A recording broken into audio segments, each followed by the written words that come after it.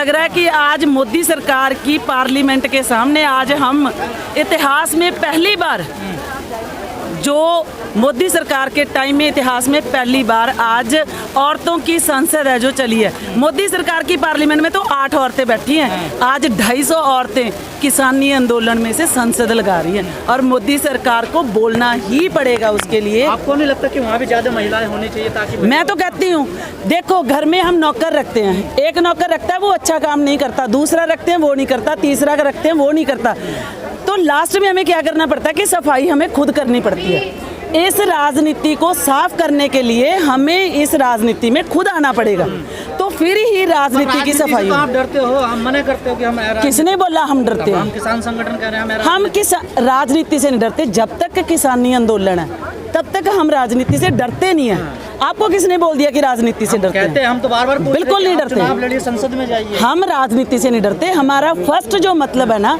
वो सिर्फ काले कानून रद्द करवाना है। जैसे ही काले कानून रद्द होते हैं तो जो हमारा संयुक्त मोर्चा डिसीजन लेगा हम उनके साथ एग्री हैं। हम तो नौजवान हैं, हमारे बुजुर्ग जो हमें फैसला देंगे हमारे सिर मत्थे। लेकिन मैडम 8 महीने से किसान सड़कों पे संघर्ष कर रहे हैं, सरकार तो इतनी मजबूत नजर आ रही है कि वो सुनने के लिए तैयार ही नहीं है। सरकार को सुनना तो पड़ेगा, सुनने के लिए कि तैयार क्यों नहीं है? बंगाल में मोदी को बुरी तरह हराया, यूपी पंचायती इलेक्शन में मोदी को बुरी तरह हराया, 2022 में पंजाब में, और एमसी इलेक्शन में चंडीगढ़ में हूँ, और 2022 में यूपी इलेक्शन भी है और एमसी इलेक्शन है, मैं खुद चंडीगढ़ से हूँ।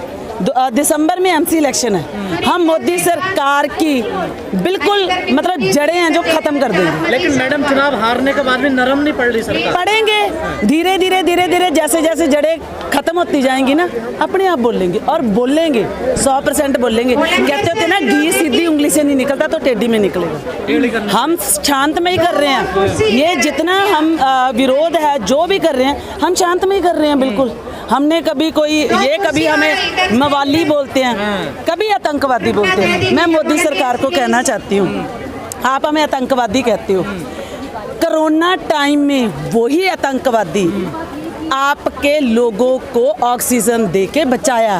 उन्हीं आतंकवादियों को मैं मोदी सरकार को दोबारा फिर कहूंगी, जिनको आपने आतंकवादी बोला, उन्हीं आतंकवादियों ने कोरोना में आपके लोगों को ऑक्सीजन का लंगर दे के बचाया। लेकिन मोदी सरकार कहते हैं कि कोरोना से ऑक्सीजन से किसी की मौत हुई नहीं है देश में। किसने बोला? इनका ही मीडिया दिखाता है सब कुछ, इनका ही मीडिया कहता है आज इतने मर गए। देखो जी, मैं तो मीडिया की इज्जत करती हूँ, जो हमारे किसानी आंदोलन में जो मीडिया हमारे साथ करा है हम उनकी दिल से इज्जत करते हैं, क्योंकि सच दिखाने की हिम्मत हर किसी में नहीं होती। मैडम रास्ता निकलेगा मैडम, कैसे निकला जाए? क्योंकि सरकार लग नहीं रही बात सुनेगी। सरकार को बात तो सुननी ही पड़ेगी। आज जो महिलाएं आई हैं, मोदी के घर में खुद के तो औरत है नहीं, लेकिन जो आज हमारी औरतें आई है ना, आज मोदी सरकार की नींद तो हराम होएगी। लेकिन मैडम ये जो मोदी सरकार है जितने भी कानून लेकर के आई है, चाहे नोटबंदी हो, चाहे 3 तलाक हो, चाहे 370 हो, 35 हो, चाहे जीएसटी हो, कोई भी कानून वापस नहीं लिया मोदी सरकार ने। लेना पड़ेगा, ये कानून वापस लेना पड़ेगा, हमें और किसी की नहीं पता। इसके लिए अगर ये कानून वापस नहीं लेते, इसके लिए जितना मर्जी लंबा आंदोलन चले हम आंदोलन करेंगे। इसके लिए अगर मुझे जान देनी पड़गी, हमें जानने भी देनी पड़गी ना, हम वो भी करेंगे। मोदी सरकार ने जोर लगा लिया। 600 किसानों की जान चली गई है, मोदी सरकार ने 2 शब्द नहीं बोले। बिल्कुल नहीं बोलता, और 600 किसानों की जो जान गई है उस बंदे के मुंह से एक शब्द नहीं निकला। अभी थोड़े दिन पहले, परसों ही नवजोत सिंह सिद्धू का 100 थी, वहाँ पे चंडीगढ़ में उन्होंने अपना शपथ ग्रहण लेना था, वहाँ पे बस की टक्कर हुई और 6 लोग मर गए, उनका जो जत्था आ रहा था उसमें से।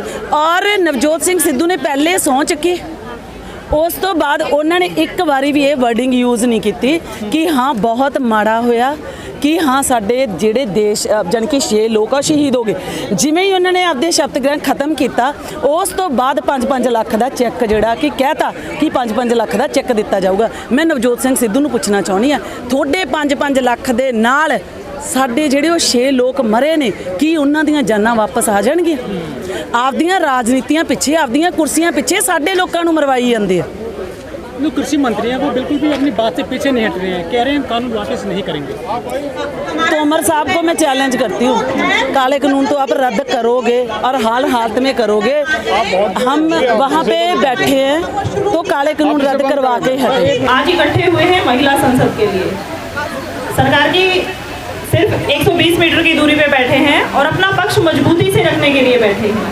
एसेंशियल कमोडिटी एक्ट को लेकर आज बातचीत हुई। आप सबको पता है महिलाएं जागरूक हैं, चूल्हे चौके से निकल के बाहर आ चुकी हैं, मैदान संभाल चुकी हैं। सबसे ज्यादा फर्क जो पड़ने वाला है वो महिलाओं की किचन पर पड़ने वाला है। महिलाओं ने घर संभालना है, कैसे मैनेज करेंगी वो? आप कह रहे हैं कि गरीबों के जो पैसे हैं वो आप खाते में डालेंगे, पर अनाज आपने अमीरों की तिजोरी में बंद कर दिया है। पैसा आप दे रहे हैं कम और जो तिजोरी से अनाज मिलेगा वो हमें मिलेगा महंगा, तो गरीब कैसे खरीद पाएगा? भूखमरी के कगार पे हम आ जाएंगे।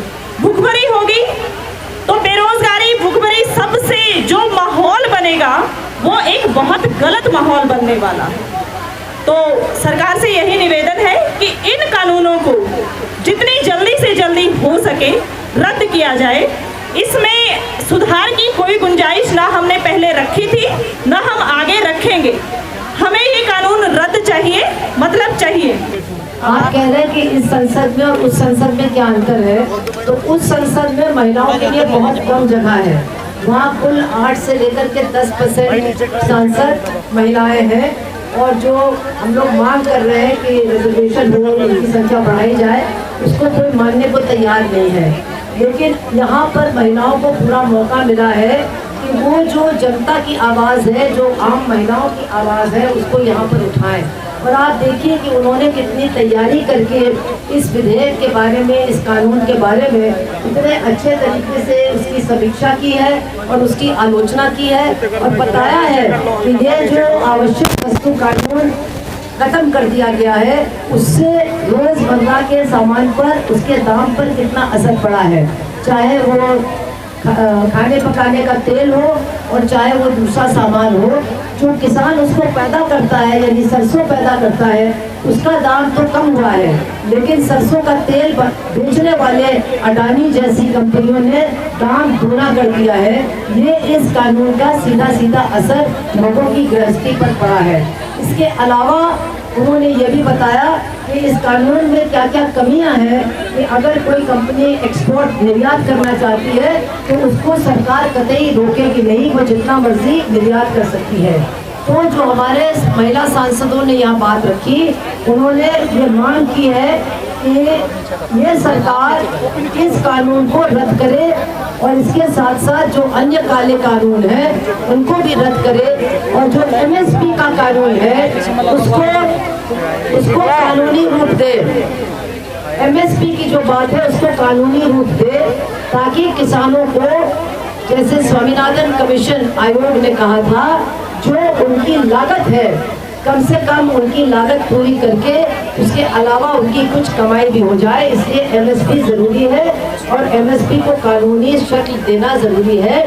जब से ये काले कानून बने हैं तब से हमने देखा कि जहाँ MSP मिल रहा था वहाँ MSP अब नहीं मिल रहा है और गेहूं और चावल के भी दाम कई राज्यों में, जैसे उत्तर प्रदेश, जैसे मध्य प्रदेश, वहाँ पर वो बहुत कम हुआ है।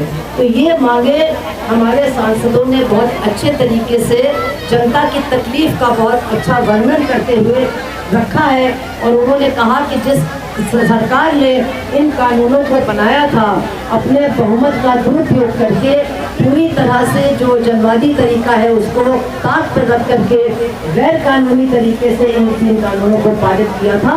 इसलिए अब इस पर और चर्चा न करके इनको तुरंत रद्द किया जाना चाहिए, क्योंकि इनका कोई भी नैतिक अब आधार बचा ही नहीं है।